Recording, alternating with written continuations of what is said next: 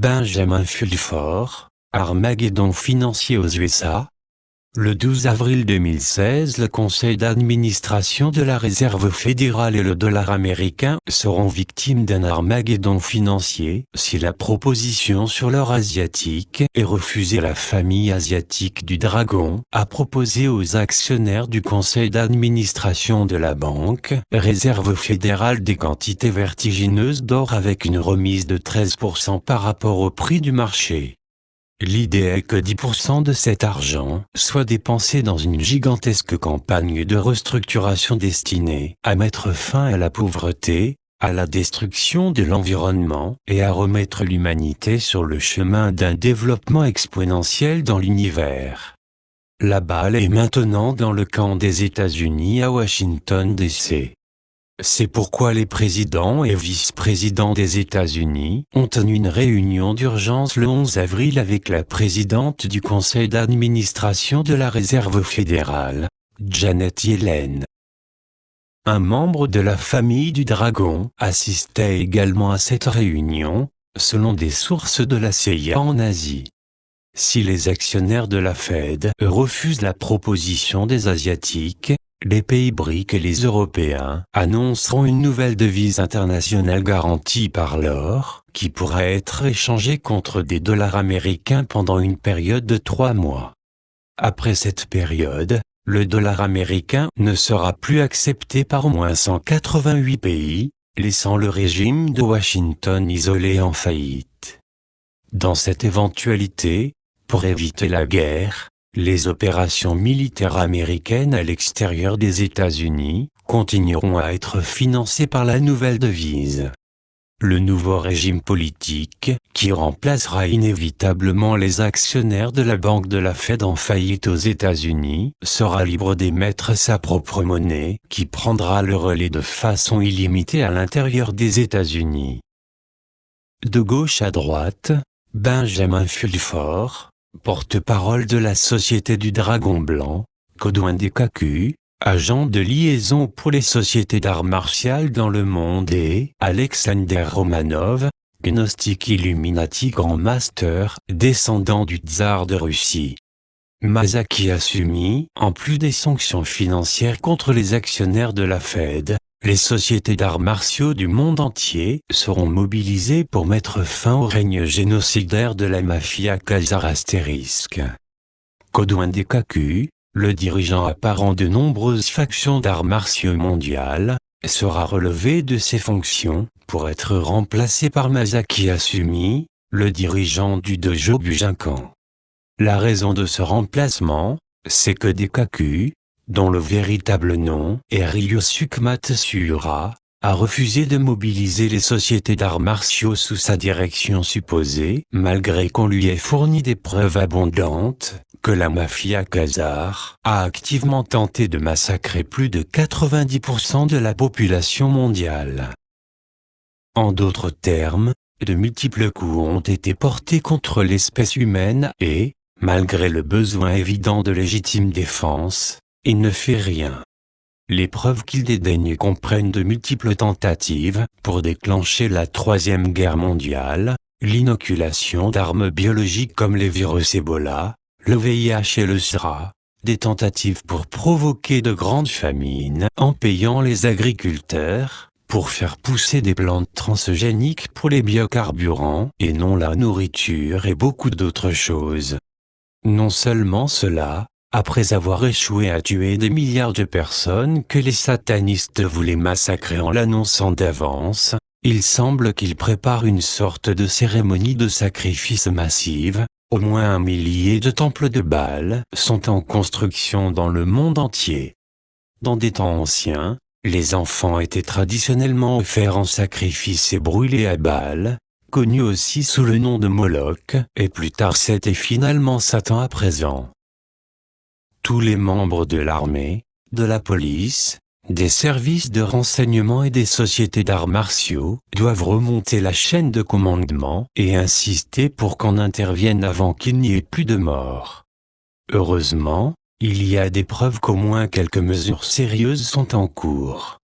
D'une part, toute la branche suisse de la famille Rothschild est recherchée par la police, selon des sources du Pentagone. La branche suisse des Rothschild, qui contrôle la BRI, Banque des règlements internationaux, est considérée comme la tête de la pieuvre, par beaucoup d'enquêteurs bien informés. Ce n'est que le début du démantèlement, promettent-ils. Le plus important à comprendre, c'est que l'opération médiatique des Panama Papers, qui est largement diffusée par les grands médias, n'est pas telle qu'elle paraît, selon des sources convergentes. Le fait qu'elle ne concerne essentiellement que des dirigeants de pays associés à la faction nazie de la mafia khazare, comme les dirigeants de l'Ukraine, des Émirats arabes unis, du Qatar, de la Géorgie et de l'Arabie saoudite, vous indique que c'est un coup monté. En réalité, les Panama Papers sont une gigantesque opération destinée à rediriger 31 000 milliards de dollars de fonds offshore vers les États-Unis, selon la CIA et d'autres sources. C'est cet argent-là qui sera saisi pour contribuer à reboucher le gigantesque trou noir dans les comptes du gouvernement américain, selon les sources. C'est pourquoi des grands médias, comme Bloomberg et le Wall Street Journal, publient de grands articles affirmant que Reno au Nevada est le seul lieu sûr au monde pour recycler l'argent sale. C'est également la raison pour laquelle ils annoncent que les Rothschild se sont installés à Reno et encouragent leurs clients à gérer leurs fonds là-bas. Plus important encore, l'opération des Panama Papers fait partie d'une campagne d'envergure pour fermer les paradis fiscaux offshore du monde entier. D'ores et déjà, les paradis fiscaux britanniques comme les îles Caïmans ont perdu leur capacité à dissimuler de l'argent sale ou à aider les gens à échapper au fisc en raison de nouvelles régulations fiscales multilatérales. Un dirigeant du renseignement militaire américain a déclaré: Panama était une opération des services de renseignement destinée à dénoncer la corruption et provoquer un changement de régime politique, y compris aux États-Unis. L'opération était conçue pour faire chanter ou faire inculper les membres de la cabale, qui dissimulent le butin spolié offshore, a-t-il poursuivi. Certains des noms mentionnés dans les Panama Papers, qui n'ont pas été rendus publics, comprennent l'équipe d'Hillary Clinton, des Bush et de nombreux oligarques, des politiciens et des magistrats américains, ajoute-t-il. Le réseau TV Globo, qui essaie de susciter un changement de régime au Brésil, est également impliqué, de même que le président argentin Mauricio Macri et des barons de la drogue comme El Chapo. En réaction au Panama Papers, a remarqué un agent, les élites ont paniqué et ont mis le feu dans le sous-sol du siège de l'Internel Revenue Service, par une tentative avortée de dissimuler des preuves accablantes. Les efforts du FBI pour arrêter Hillary Clinton passent également à la vitesse supérieure. La semaine dernière, le président Obama a assuré sur Fox TV qu'Hillary n'allait pas bénéficier d'un traitement de faveur, ni plaider coupable, ni amnistie, selon une source du FBI. Elle va bientôt être mise en examen et interrogée par le chef du FBI pour avoir dirigé une opération criminelle de politique étrangère et de renseignement à titre personnel, lorsqu'elle occupait une fonction officielle. Il faut espérer que Madame Clinton sera également poursuivie pour ses crimes contre le peuple d'Haïti et ses détournements de fonds de la Croix-Rouge, qui étaient destinés aux victimes du tremblement de terre, lequel a été déclenché directement par l'explosion d'un engin nucléaire au fond de la mer. Le 12 janvier 2010, magnitude 7 ***, NDT, l'opération des Panama Papers a également été utilisée par les médias occidentaux pour faire naître le soupçon sur le président russe Vladimir Poutine quant à des manigances offshore douteuses ou obscures. Cependant, les sources russes affirment que cette attaque leur a fourni le prétexte dont ils avaient besoin pour commencer à déclassifier les archives secrètes de l'ex-Union soviétique entre 1930 à 1989, et qui identifie les collaborateurs, qui en Amérique et en Europe, travaillaient secrètement avec le régime communisme soviétique. Les Russes vont également révéler les familles et les entreprises qui ont travaillé avec Hitler. Par-dessus le marché, les Russes se préparent à démontrer qui en Occident continue de saper les États-Unis et l'UE. Il y a également une coopération russo-américaine pour identifier et éliminer les principaux agents travaillant pour le compte de la mafia khazare en Occident et en Russie, selon les sources.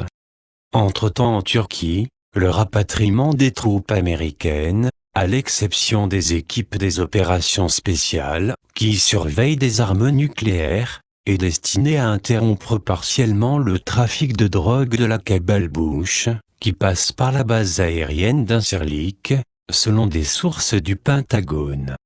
Les tentatives turques et israéliennes, pour provoquer des combats entre les musulmans et les chrétiens au Nagorno-Karabakh, ont été arrêtées par les Russes. Il s'agissait d'une tentative désespérée des Turcs d'empêcher la Russie de s'en prendre au régime criminel de Recep Tayyip Erdogan. Entre-temps en Asie, des reportages médiatiques sur du plutonium japonais transporté par des navires britanniques vers les États-Unis, ne sont qu'une couverture sur le fait que le gouvernement de Shinzo Abe, frauduleusement élu, est contraint de démanteler l'arsenal des missiles à tête nucléaire du Japon. Beaucoup de ces missiles ont été envoyés en Corée du Nord pour éviter leur démantèlement, ce qui explique pourquoi il y a eu toute une série d'articles récents sur les menaces de missiles nucléaires de la Corée du Nord, selon des sources de la Société du Dragon Blanc au Japon, WDS. Lorsque la bataille pour la planète Terre prendra fin, j'ai l'intention d'accuser Abe de tentative de meurtre sur ma personne. C'est parce que le 30 juin 2012, j'ai été piqué par une aiguille empoisonnée enfoncée par un agent nord-coréen nommé Mutsuaki Okubo. Cet incident s'est déroulé devant de nombreux témoins oculaires et a été enregistré sur vidéo.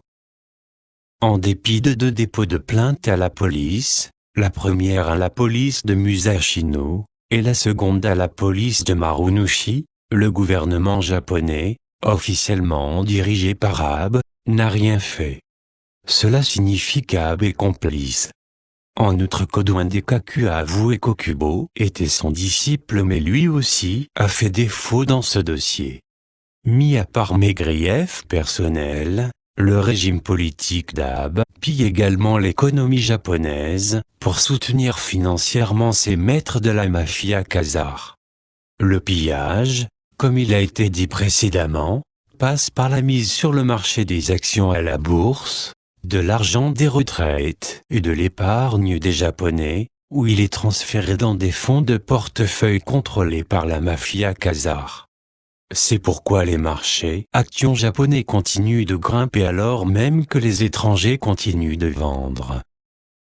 L'argent qui est pillé au Japon ne suffit pas à sauver les gangsters khazars du naufrage de Wall Street, parce qu'ils endurent des bas prix de l'énergie, des pertes de revenus de la drogue et des honoraires bancaires reliés aux opérations d'investissement, leur seule source de revenus légale. La plupart des grandes fusions et acquisitions organisées par les banksters sont également à l'arrêt, parce qu'elles créent des monopoles et des oligopoles non concurrentiels. Le fait que les banques aient commencé à proposer des intérêts négatifs sur les prêts immobiliers et les crédits à la consommation aux Pays-Bas, en Belgique et en Allemagne, est un indicateur évident que tout le système de l'esclavage par la dette babylonienne est en train de s'écrouler. C'est lié au fait que les gens ont compris que ces banksters créent de l'argent à partir de rien et utilisent cette illusion de l'argent pour créer des esclaves de la dette.